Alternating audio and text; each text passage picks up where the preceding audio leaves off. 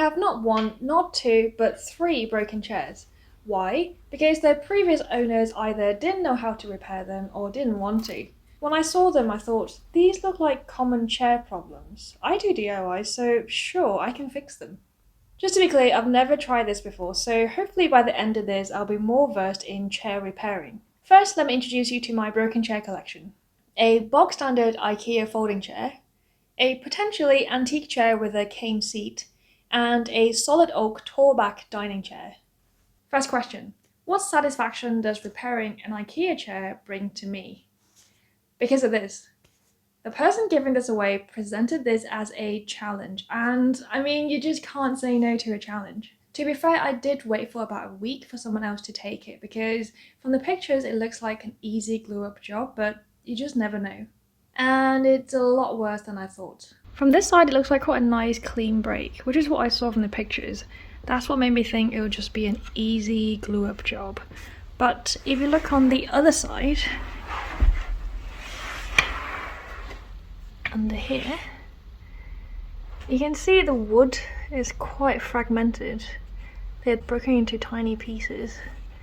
And I think down here is a metal connector that holds this piece and this piece together, and that's what makes it turn. And I think this metal connector is a bit bent, so it doesn't look so great from this side.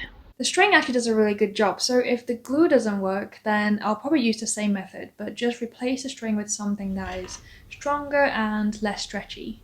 The lady says she still used the chair because it still works, so let me just test it out.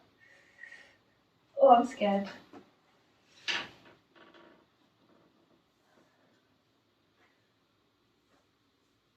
Well, it works. Amazing. Whew. This is the interesting one. Not because the broken cane seat, which I didn't know at the time is actually quite a big thing to replace. Naively, when I first saw this chair, I somehow thought I could just reattach the broken cane. You can't. You have to basically rip out all the old cane and then do the weave all over again from the beginning. But I'm doing it anyway, so it doesn't matter. But the interesting thing is, the guy said this is an antique chair, which, I mean, everything I own is pretty much just modern. So having something that has got a bit of history and it's old, it's very exciting. I don't think this should have an impact on how we look at the chair, but for full disclosure, this chair was originally selling for £50, but eventually the person just gave this away for free. So I got this chair for free. This wood carving at the top is the only decorative details on this chair. Now, that alone doesn't tell you much because hand carving is still done to this day. The interesting question is if this is actually hand carved or pressed. During the 1800s and 1900s, the demand for hand carved chairs rose. To meet the demand in both quantity and cost, the steel die stamp was invented. This basically allowed furniture makers to achieve the hand carved look in a much quicker and easier way. The results are so convincing that some even mistook pressed chairs as hand carving. So how can you tell the difference? The keys look for inconsistencies. This becomes very obvious with the flowers. If we look at the flowers, each petal has 3 strokes. Now, if we focus on the bottom petal of the 3 flowers, the one on the left goes short, long, short. The ones in the middle are equal in lengths, and the one on the right has long, medium, short strokes in that order. If this was pressed, I would expect all 3 petals to have the same pattern, so I think this is hand carved.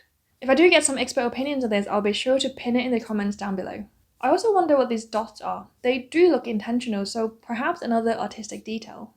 I've never seen any hand-carved wooden anything, so I could spend hours looking at it, but I think what will tell us more about the age of the chair is in the construction method. Both of these crossbars have nails into what I believe would be a mortise and tenon joint.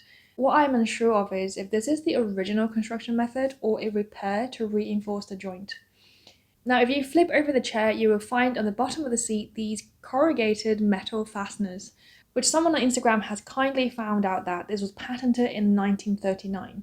Given these metal fasteners are used in all 4 corners, I am led to believe that this is how this was built, which means it will put this chair in the 1940s at the earliest. If that is the case, then this is not an antique.